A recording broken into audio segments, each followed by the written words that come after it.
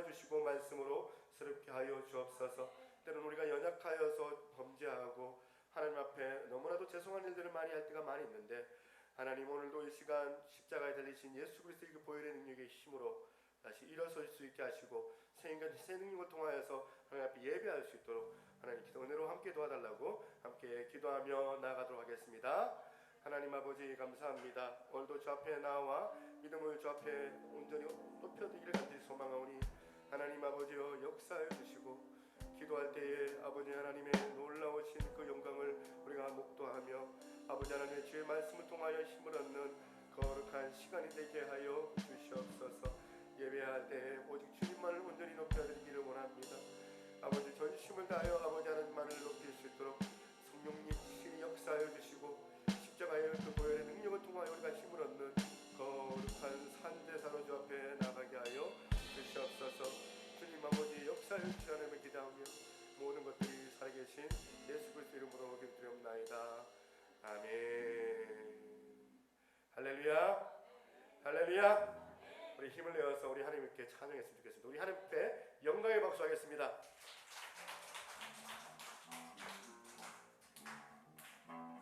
함께 치면서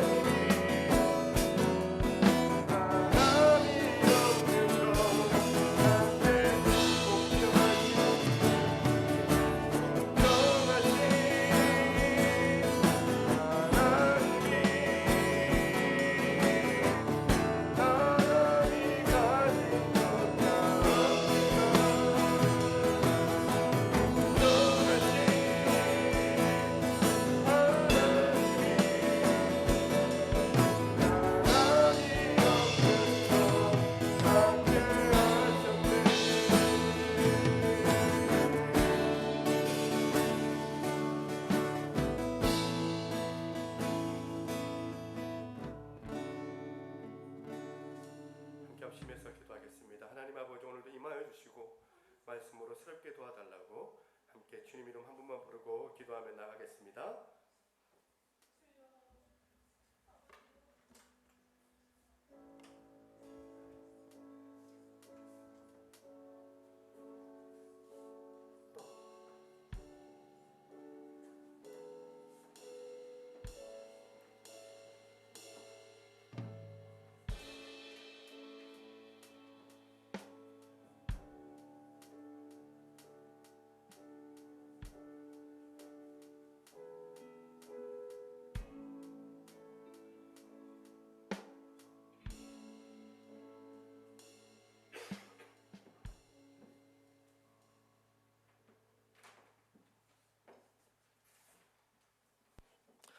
기도하겠습니다. 하나님 아버지 감사합니다.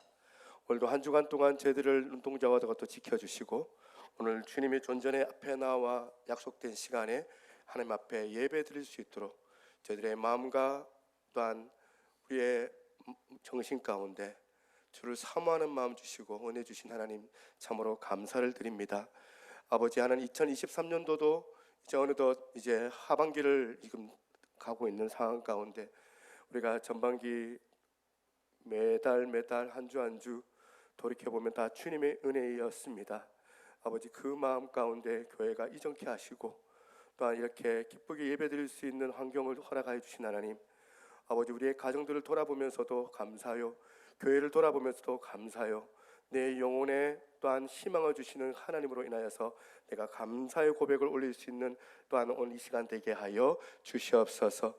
나라와 민족을 놓고 주 앞에 기도합니다. 한국교회가 100년 전, 120년 전 이 땅 가운데 또한 복음이 들어와서 순교사들의 순교로 말미암아 아버지 하나님 교회가 세워지고 순교자들의 그 피로 인하여서 교회가 이와 같이 번영하였지만 아버지 하나님 우리 한국교회 더욱더 아버지 하나님의 그 기둥 역할, 등불의 역할을 감당할 수 있는 교회들이 다 되게 하여 주시옵소서. 아버지 교회마다 서로 연합하고 합력하여 선을 이루어서 아버지 하나님의 뜻을 이루고 예수 그리스도의 그 십자가의 그 뜻이 무엇인지를 분명히 알릴 수 있는 교회들이 다 되게 하여 주시고, 특별히 정관에 있는 또한 70여 교회 가운데도 은혜를 허락하여 주셔서 교회마다 아버지 하나님의 말씀으로 능력을 경험하고 회복이 나타나며 많은 성도들이 그 안에서 치료를 받으며 많은 사람들에게 주의 복음을 도를 전할 수 있는 각각의 교회들이 다 되어지게 하시고 각각의 선교사들, 각각의 목회자들이 다 되어질 수 있도록 하나님께서 은혜로 함께하여 주시옵소서. 새누리교회를 기억하여 주시고 이렇게 10여 년 이렇게 우리가 또한 교회를 개척하고 난 이후 이렇게 좋은 성전 또한 아버지 앞에 또한 환경적으로는 너무나도 또한 하나님 앞에 감사하게 이렇게 예배 드릴 수 있도록 은혜 주신 하나님 우리가 더욱더 이 일 이후에 도태되지 아니하고 더욱더 각성하여서 주의 말씀을 전하고 하나님의 뜻을 묻고 하나님의 은혜 안에서 성도들을 잘 세워나갈 수 있는 거룩한 교회가 되게 하여 주옵소서. 첫사랑을 잃어버리지 않게 도와주시고 저거 능력을 가지고도 주 앞에 충성하여 하늘의 열린 문을 둘 수 있는 거룩한 교회가 되게 하여 주시옵소서. 오늘도 하나님 아버지 우리 교회 또한 연약한 자들이 많습니다.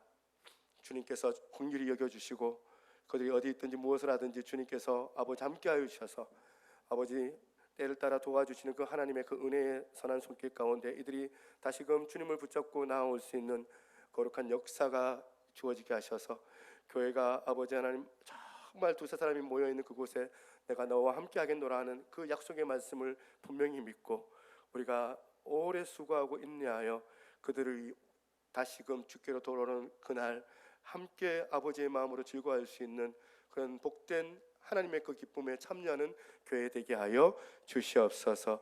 오늘 말씀을 듣기를 원합니다. 부족한 자가 이제 말씀을 전할 때에 말씀을 듣는 자나 말씀을 전하는 자나 다 은혜의 시간이 되게 하여 주시고 아버지 이 말씀이 잘 박힌 목과도 같이 지르는 채찍과도 같은 말씀이 되어져서 아버지 하나님 우리의 마음의 심령이 주 앞으로도 온전해지는 역사가 있게 하여 주시옵소서. 함께 하실 하나님을 찬양하오며 모든 말씀 살아계신 예수님 이름으로 기도드리옵나이다. 아멘. 예, 할렐루야. 우리 하나님 말씀 같이 한번 보겠습니다. 로마서 9장입니다.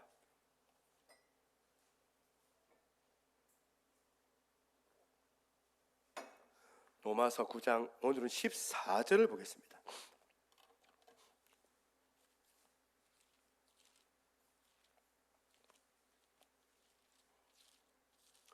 로마서 9장 14절.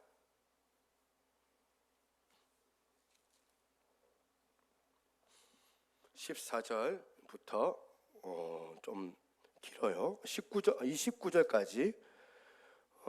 우리 다 같이 14절부터 제가 2절, 여러분들 2절 해서 교독을 해봅니다. 그런즉 우리가 무슨 말을 하리요? 하느님께 불의가 있느냐? 그럴 수 없느니라. 모세에게 이르시되 내가 긍휼히 여길 자를 긍휼히 여기고 불쌍히 여길 자를 불쌍히 여기리라 하셨으니,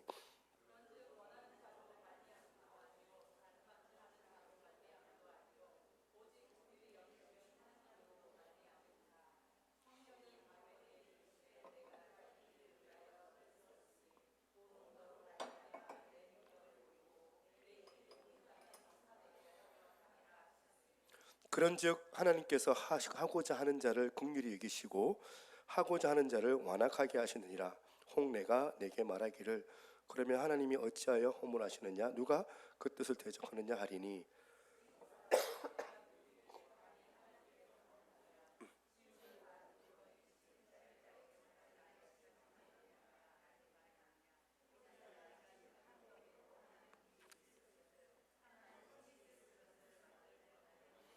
만일 하나님이 그의 진노를 보이시고 그의 능력을 알게 하고자 하사 멸하기로 준비된 진노의 그릇을 오래 참으심으로 관용하시고 또한 영광 받기로 예비하신 바 긍휼의 그릇에 대하여 그 영광의 풍성함을 알게 하고자 하셨을지라도 무슨 말을 하리요?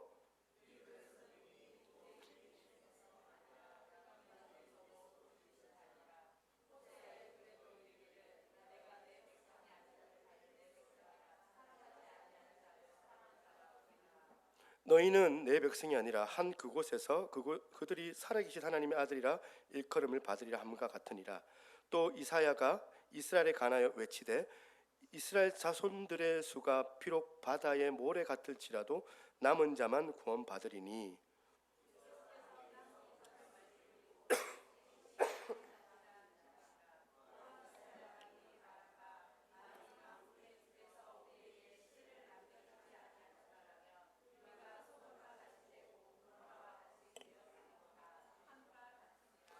아멘. 할렐루야. 예. 제가 지금 어제 이렇게 찬양팀 모여가지고 있을 때 목에 이제 성대 결절이 와가지고 참 걱정이 많이 됐는데, 찬양할 때는 좀 괜찮았어요. 근데 이제 설교할 때 좀 되니까 자꾸 기침이 나고 목소리가 자꾸 변조가 됩니다. 이거 좀 이해를 좀 해주시면서 오늘 말씀 좀 불편하더라도 잘 이제 뭐 제 목소리에 신경 쓰지 마시고 메시지에 신경을 써주시면 감사하겠습니다. 지난주 살펴본 것처럼 사도 바울은 혈통적인 유대 민족이라고 해서 우리가 하나님 앞에 선택을 받았다, 자동적으로 태어날 때부터 혈통적으로 유대인이니까 나는 하나님의 백성이다, 그렇게 말하는 게 아니더라. 그러면서 이제 쭉 그 유대인들의 그 역사 가운데 나타나는 인물들을 소개를 하죠. 첫 번째는 이삭과 이스마엘의 관계예요. 그리고 또 두 번째는 뭐냐면 야곱과 에서의 관계를 예를 들어 설명하면서 하나님의 주권적인 선택이 뭔지를 사도 바울이 강조를 합니다. 그래서 로마서 9장 7절을 보시겠습니다. 아브라함이 나와요. 또한 아브라함의 씨가 다 그의 자녀가 아니라 오직 이삭으로부터 난 자라야 내 씨라 불리리라 하셨으니, 그러니까 이스마엘도 있는데 이스마엘은 배제가 된 거죠. 13절 기록된 바 내가 야곱은 사랑하고 에서는 미워하였다 하신 것 같으니라. 에서는 미워했대요. 야곱은 사랑하고. 이런 말씀을 이제 딱 대하면 불편해져요. 사실은 즉각적으로 여러분들 마음에 뭐가 드냐면 과연 그럴까? 반발심이 들어요. 이삭만 선택하시고 왜 이스마엘은 선택하지 않았을까? 또 야곱만 선택하시고 왜 에서는 택하지 않으셨다면 그건 하나님 너무 불공평하신 하나님 아니십니까? 이런 식의 생각, 이런 반발심에 섞인 가상 질문이 우리가 떨어질 텐데, 바울이요 이것까지 잘 알고 그 다음에 대답을 내놓은 거예요. 이런 가상 질문에 대해서 이런 대답을 내놓은 게 14절이에요. 14절에 보니까 그런즉 우리가 무슨 말을 하리요? 하나님께서 불의가 있느냐? 그럴 수 없느니라. 그러니까 지금 로마서 9장의 이 바울의 전기를 보면 뭐 논리로 막 이해시키려는 건 아니었어요. 선포하는 거거든요. 하나님 말씀 선포니까. 앞에서도 우리가 6절에도 이런 선포가 나와요. 그러나 하나님의 말씀은 실패하지 않는다. 하나님의 말씀은 패배할 수 없다. 이거는 그냥 논리로 막 이해시키려고 하는 게 아니라 선포를 해요. 선포를 하고 나서 그 다음에 왜 그런지를 지금 설명하는 방식이 있었던 것처럼 오늘 본문도 마찬가지. 오늘 본문도 선포 먼저 하고 그 다음에 이 반발심에 의한 이 가상 질문들에 대해서 설명을 해주는데 14절에 뭐라 되어 있습니까? 하나님은 결코 불의하시거나 그러니까 결코 불평등하시거나 불공정하지 아니하시다. 이걸 크게 전제로 선포를 하고 난 다음에 그렇게 말할 수 있는 이유를 그 다음 구절에서 설명하는 거예요. 그 구조거든요. 15절 말씀 같이 한번 읽어보겠습니다. 시작. 모세에게 이르시되 내가 긍휼히 여길 자를 긍휼히 여기고 불쌍히 여길 자를 불쌍히 여기라 하셨으니 모세가 이제 나와요. 모세가 이거는 출애굽기 33장 19절을 인용하는 것 같은 내용이거든요. 출애굽기 33장 그 배경을 먼저 알아야 되겠는데 아마 여러분 잘 아실 거예요. 어떤 내용이냐면 이스라엘 백성들이 출애굽을 하고 난 다음에 시내산에 도착을 했어요. 그래서 거기서 이제 11개월 만에 시내산에 도착을 했는데 이 이스라엘 백성들이 도착하자마자 뭘 하고 있냐면 금송아지 우상을 만들어 가지고 거기서 막 춤을 추고 꽹과리를 벌리고 뭐 그런 섬기는 그 죄를 범하고 있는 거예요. 모세는 저 40주 40냐 40일 동안 시내산에 올라가 가지고 하나님 앞에 십계명을 받아 가지고 내려오는 상황인데 밑에서는 막 놀고 있는 거예요. 금송아지 만들어 가지고 놀고 있는데 이 아이러니한 거예요. 왜 아이러니하냐면 여러분도 아시겠지만 십계명의 첫 번째, 두 번째, 세 번째, 네 번째 계명이 뭐예요?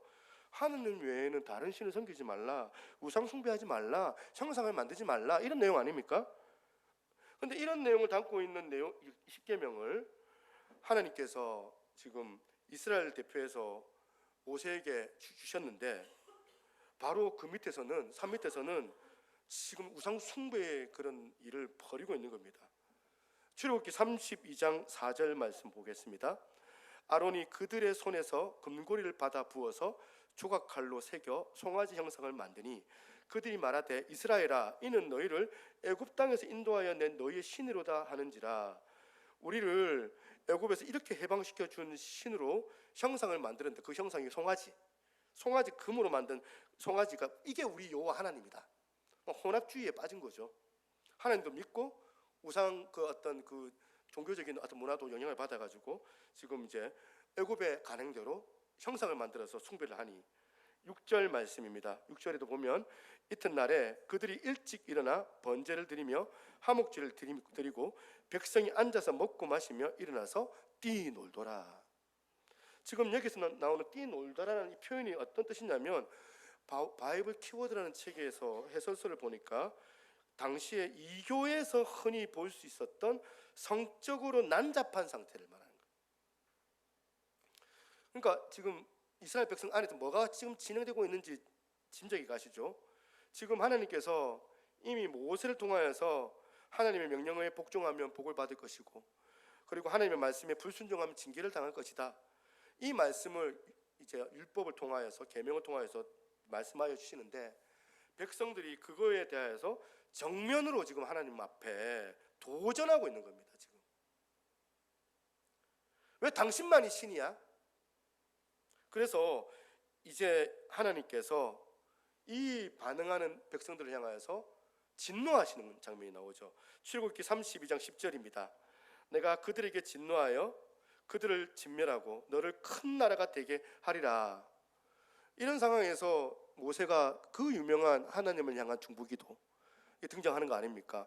모세가 살려달라고 간절하게 자기 민족을 위하여서 기도하는 그 중보기도의 장면이 나오는데 그 기도를 하나님께서 들으시는 거예요. 들으시면서 그때 주셨던 말씀이 오늘 본문의 로마서 사도 바울이 인용하는 이 장면이 출애굽기 33장 19절 말씀 그대로 인용하는 거예요.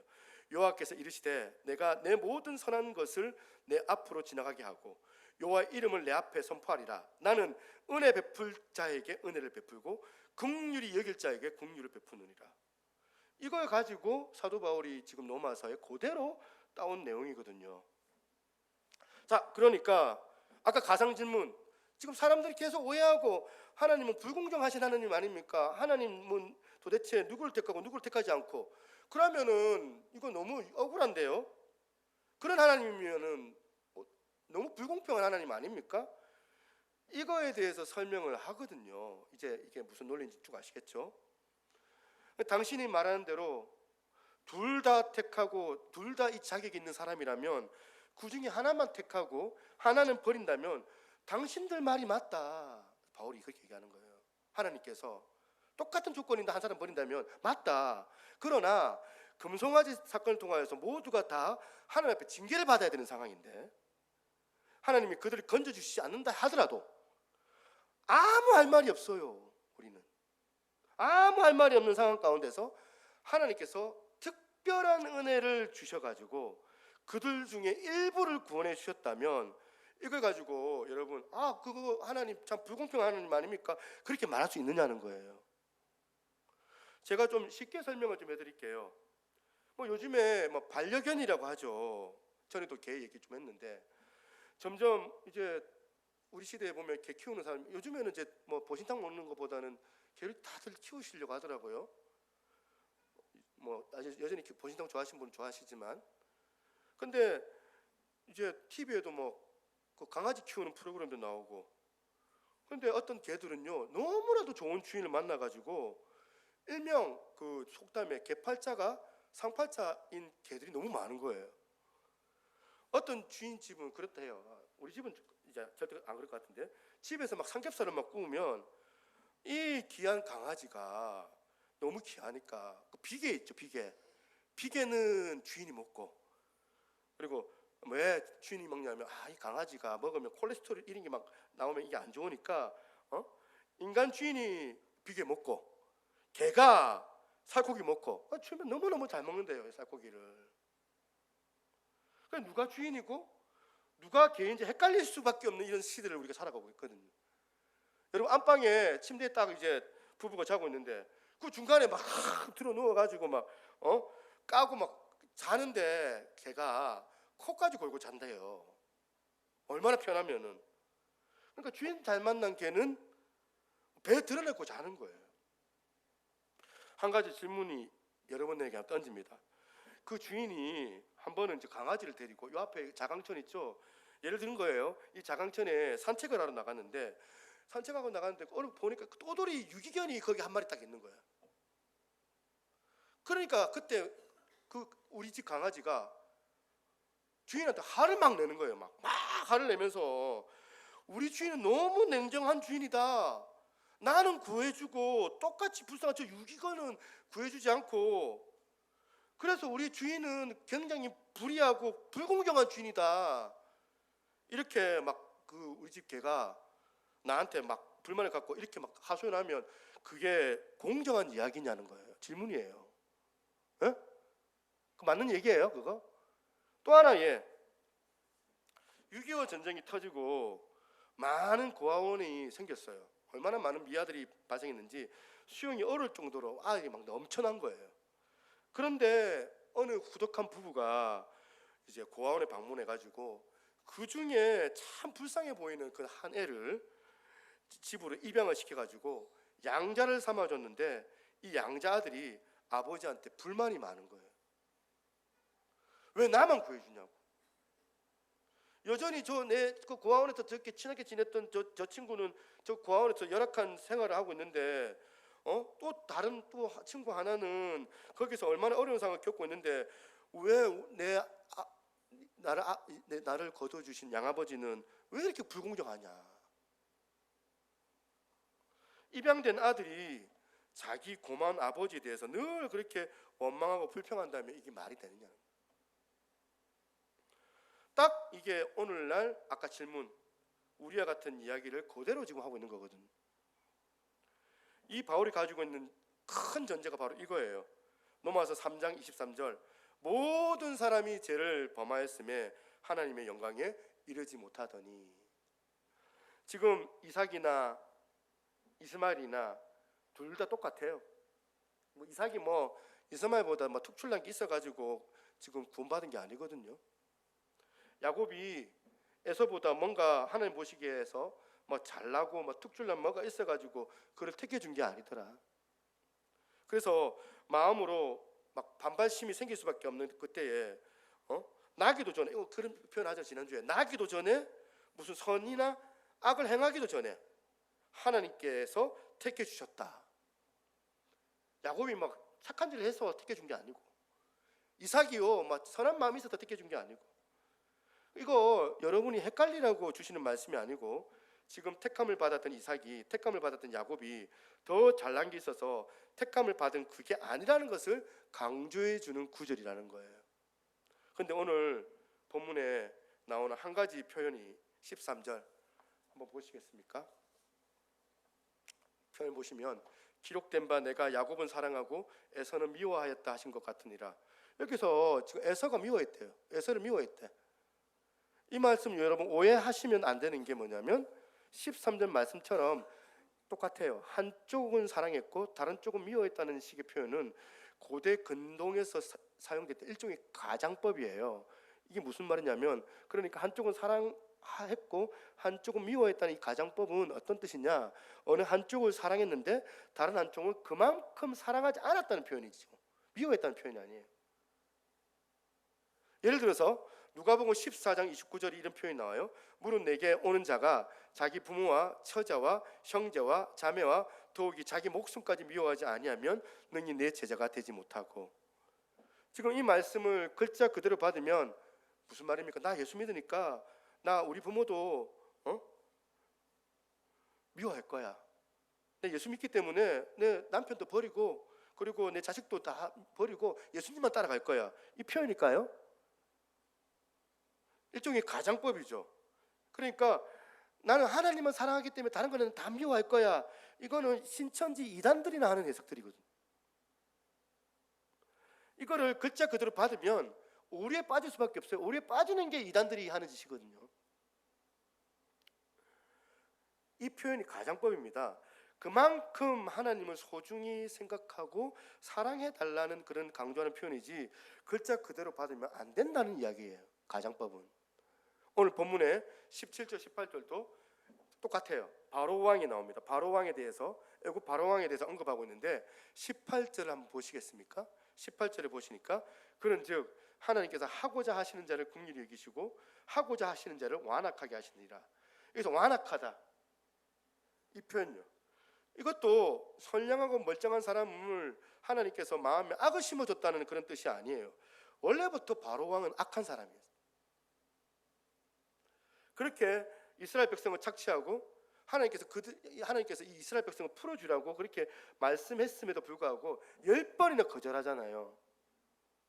아주 강팍한 마음을 가지고 있었던 이 바로왕인데 하나님께서 강팍한 바로왕의 악한 마음까지 활용해서 선하게 사용하셔서 그 일을 통하여서 이스라엘 백성들이 하나님의 그 놀라운 역사와 일하심을 깨닫게 하는 도구로 사용해 주셨다는 거예요.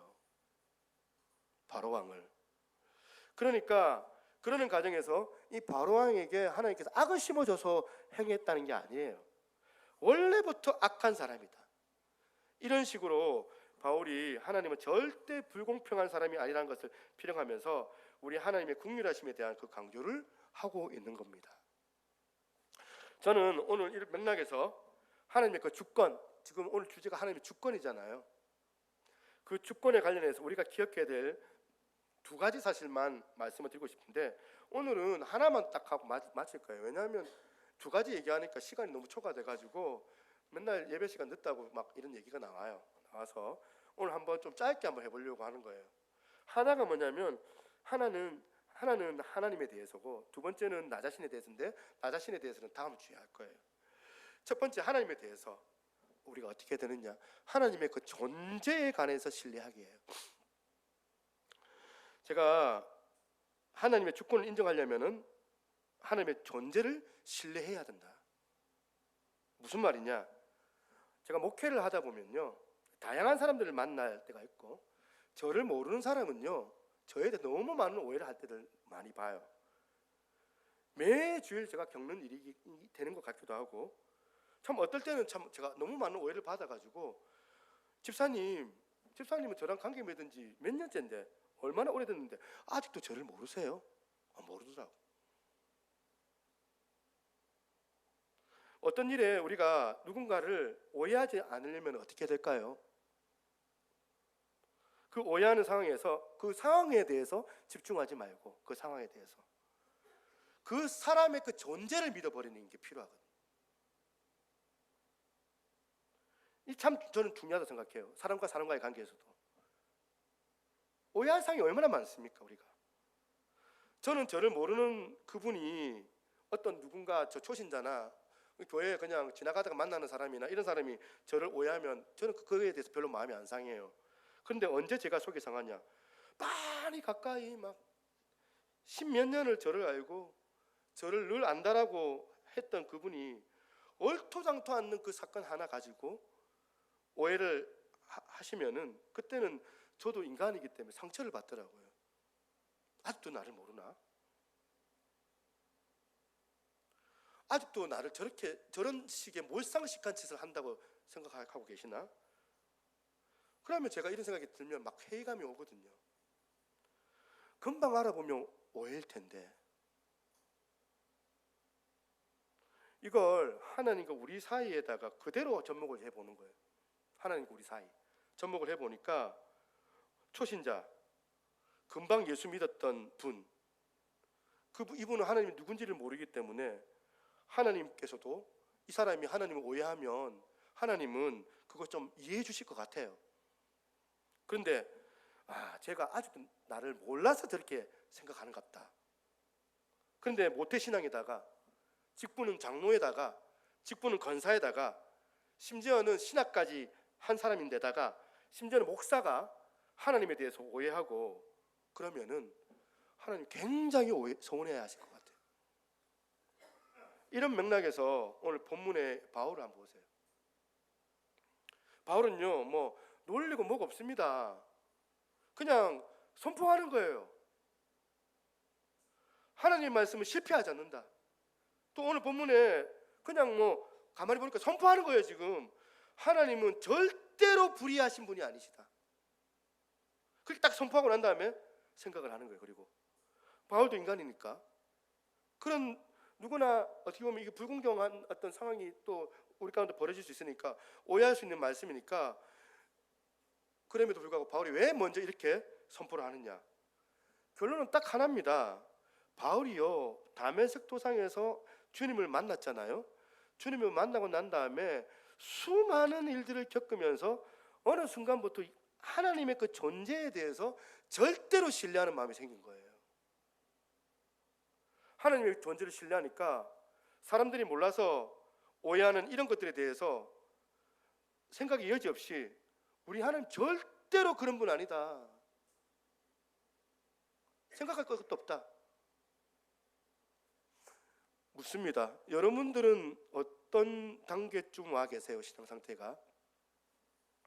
여러분이 하나님의 그 존재를 신뢰하는 바울의 단계까지 가시려면 어떻게 될까? 우리도 바울처럼 삶 속에서 하나님과 나 사이의 그 신뢰 관계를 쌓는 수없이 많은 그 과정들이 필요해요.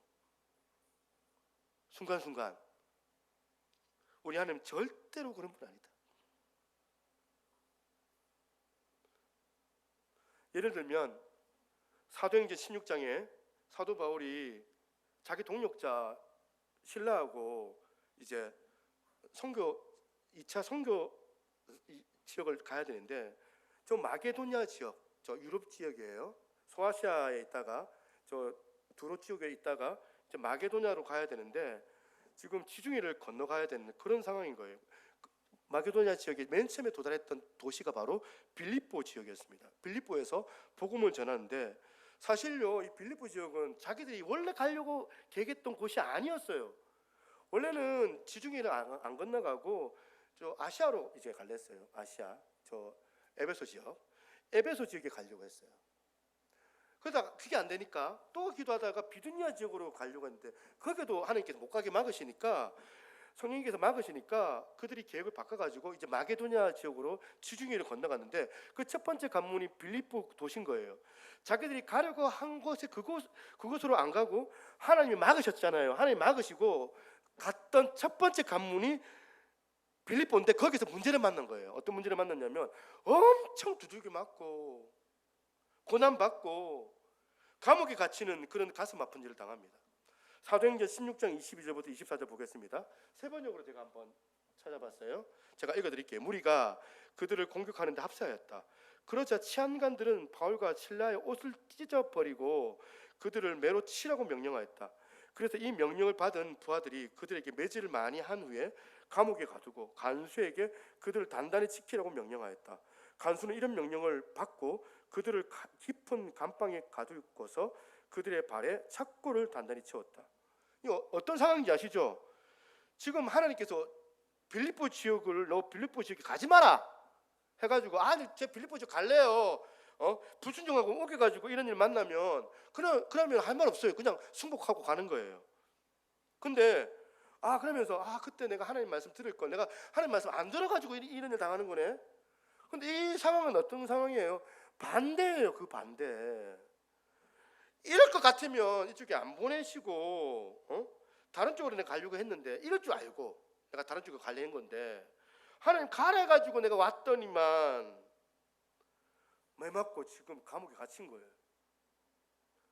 저나 여러분 같으면 어땠을까? 저는 아마 감옥에서 밤새도록 하나님 원망했을 것 같아요. 보세요, 하나님 맞죠? 이리로 가면 안 되는데 내가 알았는데 괜히 가라고 하셔가지고, 도대체 내가 이럴 줄 알고 안 가려 했는데. 사춘기 애들을 키우다 보면 제 부모가 제일 두려운 게 뭐냐면, 부모가 해라고 해가지고 강요를 해갖고 데려다 놨는데 그게 안 되잖아요, 일이. 그때부터 이제 이것들이 이제 죽을 때까지 좀 원망을 하거든요.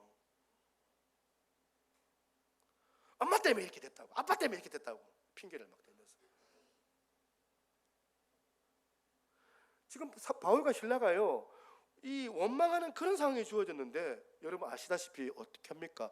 놀랍게도 바울과 실라는 감옥에서 보인 태도가 어떤지 사도행전 16장 25절을 보겠습니다. 같이 한번 읽어보겠습니다. 시작. 한밤중 바울과 실라가 기도하고 하나님을 찬송하며, 이게 지금 어떻게 된 일이냐, 하나님 때문에 난 저리로 가려고 했는데 이리로 보내시는 바람에 내가 이렇게 됐다고 그러면서 원망할 줄 알았는데, 하나님은 어떻게 해요? 밤새도록 찬송했대. 뭘 찬송했는지 좀 이해가 안 돼요. 하나님 세게 때릴 줄 알았는데 살살 때리게 해주셔서 감사합니다. 감옥에 갇혔는데 그래도 약간 좀 다른 쪽보다 좀 더 남방 좀 따뜻한 곳에 보내주셔서 너무 감사합니다. 그렇게 감사했는지, 죽지 않아서 감사했는지 모르지만 그날 밤에 뭔 제목을 가지고 하나님 앞에 밤새도록 감사했는지, 지금 여러분 사도행전 16장 사건의 그 바울의 감사로 말미암아 하나님의 역사가 일어나서 결국에는 바울과 실라를 지켰던 간수뿐만 아니라 그 간수의 가족들까지 구원받는 역사가 일어나게 된 거예요.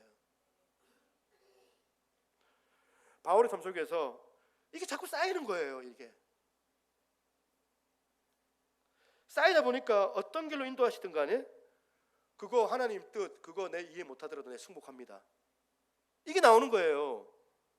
그렇게 신뢰가 되더라는 거예요. 바울과 실라가 머리로는 이해가 안 되는 상황에서도 하나님의 그 존재를 신뢰해서 그분을 찬양을 했더니 이런 아름다운 열매가 맺어지는 결과가 반복되니까, 저는 오늘 여기 예배드리는 우리 교회 모든 성도님들이 이 성경을 하나님의 말씀으로 온전히 믿을 수 있기까지, 난해 구절이 얼마나 많아요 성경에. 그럼에도 불구하고 하나님의 말씀은 1.1획도 오류가 없는 하나님의 말씀이다.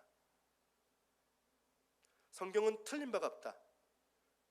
이런 관점으로 우리가 성경을 들여다보고 읽어야 돼요. 여러분의 삶 속에서 이렇게 이해할 수 없는 상황이라 할지라도 하나님을 더 깊게 신뢰할 수 있는 그런 많은 일들이 여러분들 가운데 바울처럼 경험되기를 축복합니다. 그러려면 어떻게 해야 될까? 내 머리로는 이해가 안 돼도 수용하고 하나님을 찬양하는 것.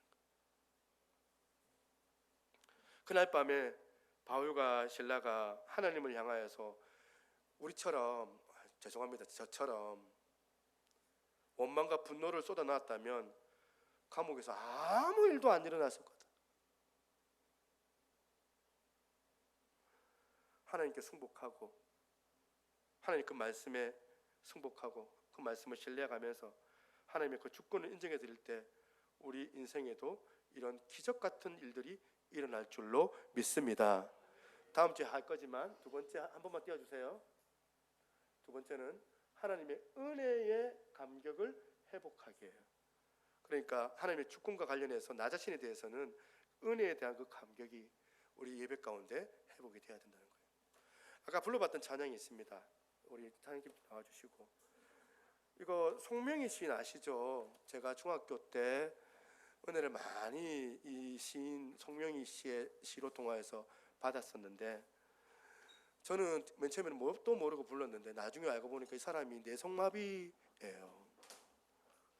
그 우리는 사실은 10가지 가운데 9가지 받고 한 가지 못 받으면 하나님 앞에 원망하고 불평하는데, 이 송명희 씨는 10가지 중에 9가지는 없고 하나만 있는 사람 아닙니까? 그런데도 하나님은 공평하시다 고백하는 거예요. 오늘 이 마음 가지고 같이 한번 이 찬양 불러봤으면 좋겠습니다.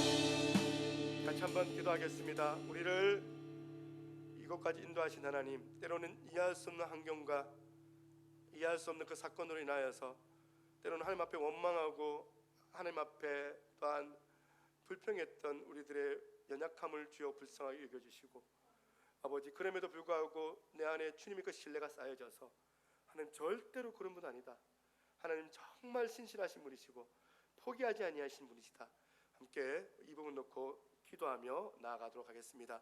하나님 아버지 감사합니다. 오늘도 주 앞에 나와 기도하니 우리 하나님 역사해 주시고 주님 아버지 하나님의 이름으로 나아가기를 간절히 소망합니다. 주여 오늘도 아버지 하나님, 내가 아버지 하나님을 더 신뢰하는 그 마음으로 주 앞에 나갈 수 있게 도와주시고 주님 아버지 하나님 역사해 주시기 간절히 소망합니다. 아버지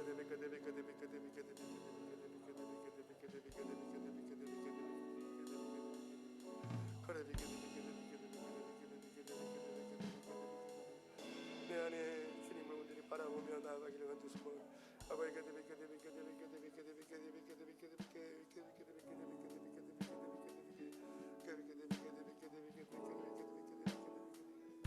주님 도와주시고 하나님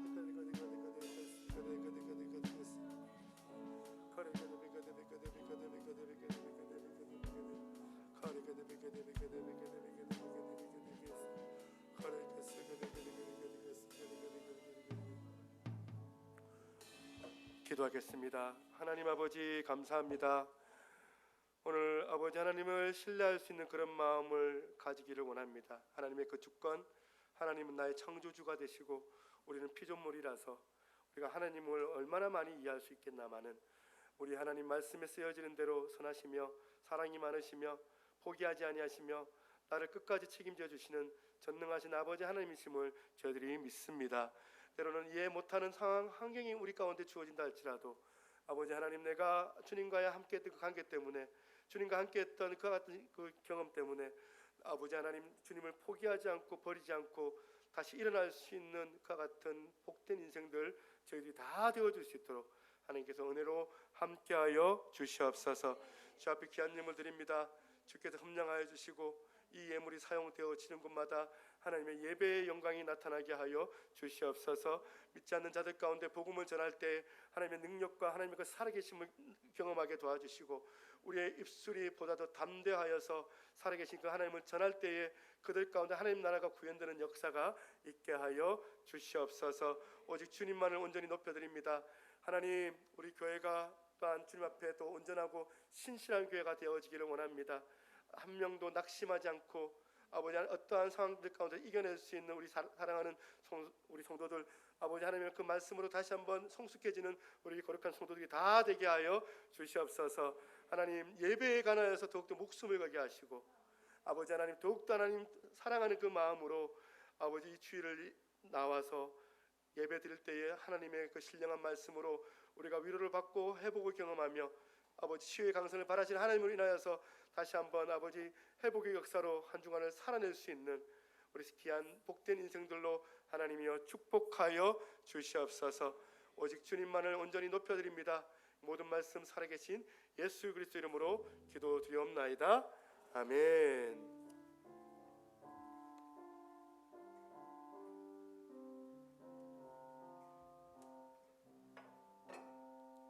예, 감사합니다. 예. 오늘 아까 이제 저희 광고하겠습니다. 사역자이신 것 같아요. 저 뒤에 계시는 우리 젊은 우리 형제님, 예, 목사님이신가요? 아, 신학생이시고요. 아, 예, 전도사님이시군요. 예, 와주셔서 너무 감사하고 예, 뭐 이제 아마 집이 정관이신 것 같아요. 그래서 또 이렇게 사역하러 가셔야 되는데 오늘 저에게 오셔서 너무너무 감사를 드립니다. 자, 우리 8월달 성경 암송 구절, 우리 로마서 10장 9절 말씀 같이 한번 읽어보겠습니다. 시작. 내가 만일 내 입으로 예수를 주로 시인하며 또 하나님께서 그를 죽은 자 가운데서 살리실 것을 내 마음에 믿으면 구원을 받으리라. 로마서 10장 9절 말씀. 아멘.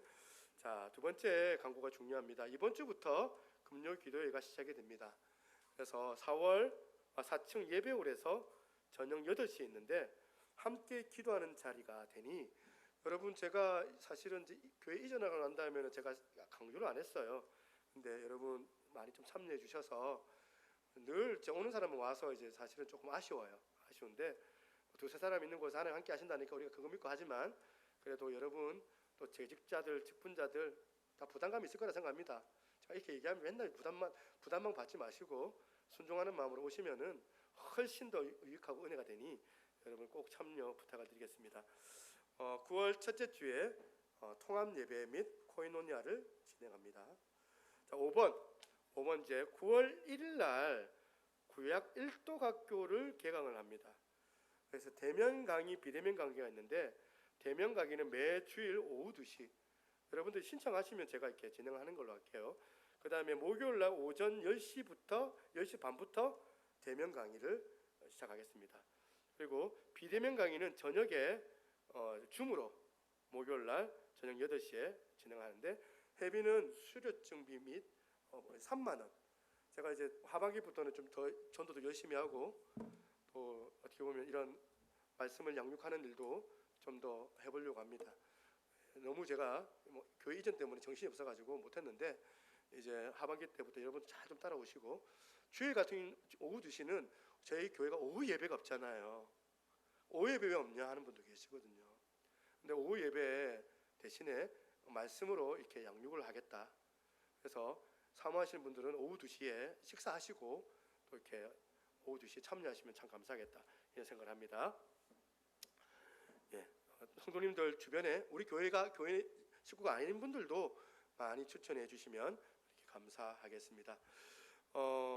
인사를 좀 해야 될 것 같아요. 우리 송하원 잠깐 일어나세요. 예, 우리 하원이가 제 딸이에요.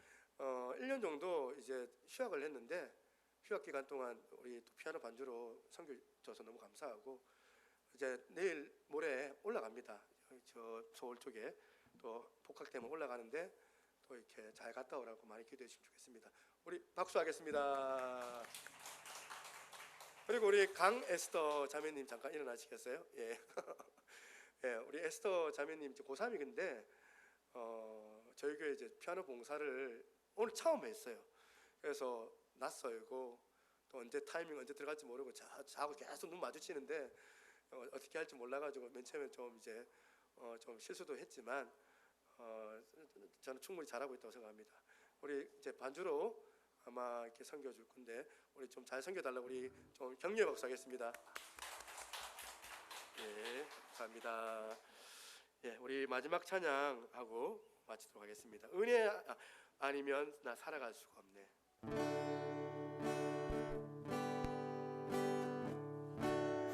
은혜 아니면 살아갈 수가 없네.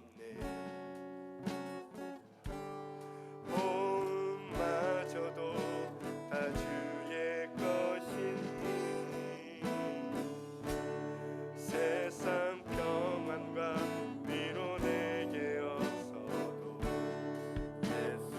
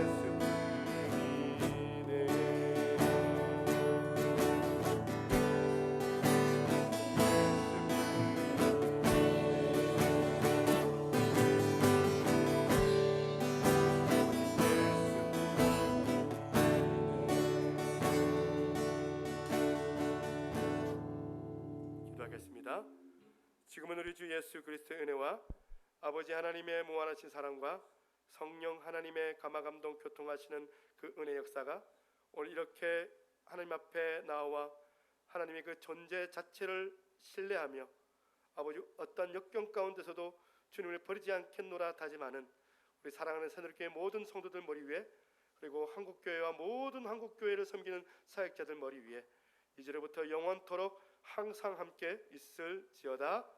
아멘.